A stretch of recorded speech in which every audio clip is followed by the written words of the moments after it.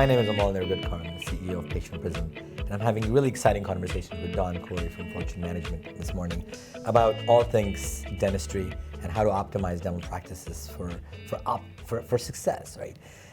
Don's got a PhD in human and organizational systems, and that helps him really coach dental practices and dental team members effectively on how to change behaviors that'll improve the practices. So the question I have really for this segment is, dentistry, at the end of the day, it's not a commodity, right? You're not in the business of selling a crown.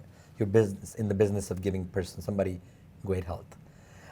So how do you make it not into a commodity, and how do you really make it an experience versus a product?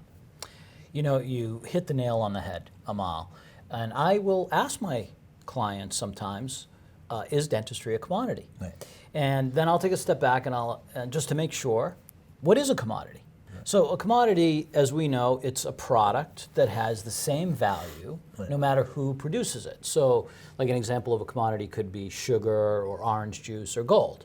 If I'm going to buy gold, I'm not going to pay more from one dealer versus the other because it's the same product. Same product. So back to the question, is dentistry a commodity? If we believed dentistry was a commodity, then we get a call from a patient, monitored by Patient Prism, of course. We get a call from a patient, and that patient has an insurance company that we are not in network with. If we believe dentistry was a commodity, we'd say, you know what? The dental practice down the street is in network with them, right? Hopefully that doesn't show up on some of the recordings. Look, we get close. Okay, you get close. So, of course, dentistry is not a commodity. So what makes it not a commodity? And when I'm talking to the team, I say, it's you. It's all of you. You are what makes the difference. And you can't go anywhere else to get this team and this team culture. Right. Every practice has a culture. Right. And at Fortune, we believe there are 4 components of culture. Okay. The first component is your vision.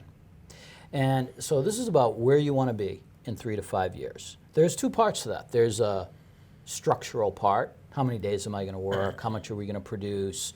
How are we going to support that with marketing? Sure. What is the staffing needed behind that? Structural. There's also the philosophical part of the vision. What does our ideal practice look like? Who are our ideal patients? Sure. Who are our ideal team members? Correct. Get some clarity around that. Okay. All that fits into vision. Now, vision is supported by team agreements.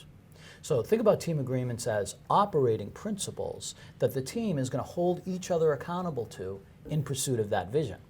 Okay. And you want to make sure those are all clear and people agree on them. So vision, team agreements. Third part of culture we believe is relationships. Relationships with each other. Relationships with your patients. Relationship with your vendors. All of that. And relationships are supported by quality communication. Now notice I didn't say communication, I said quality communication, because there is a certain way to do that and to connect with people in a loving way. Because really all communication either pushes people away or pulls people closer. Sure. We want to pull people closer. So we teach our teams how to do that. So let me give you a metaphor on this. Sure. So let's imagine we're at a 5-star restaurant and white tablecloths on the table, silverware perfectly set, Sure. crystal glass in the right spot. Waiters are dressed in tuxes, Nice. the whole thing. Waiter comes over with your favorite bottle of wine. Right. What's your favorite bottle of wine? Opus 1. Okay, Opus 1. He pops open Opus 1, pours it into the crystal glass. Right. You kind of swirl it around, Right. take a sniff, take a taste. How is that going to taste? Great. Pretty damn good, right? Absolutely. And now, let's take that same bottle of wine and let's take it to a backyard barbecue and pour it into a plastic cup. Right. Is it going to have the same taste? Probably not. So what's the difference? It's the same content. It's the same wine. The difference is everything around it. It's the crystal glass. It's the environment. It's the team culture. And at the end of the day, it's the experience, right? Howard Schultz talked about this when he developed the first Starbucks. Was what does the coffee drinker experience when they get it? They experience aromas.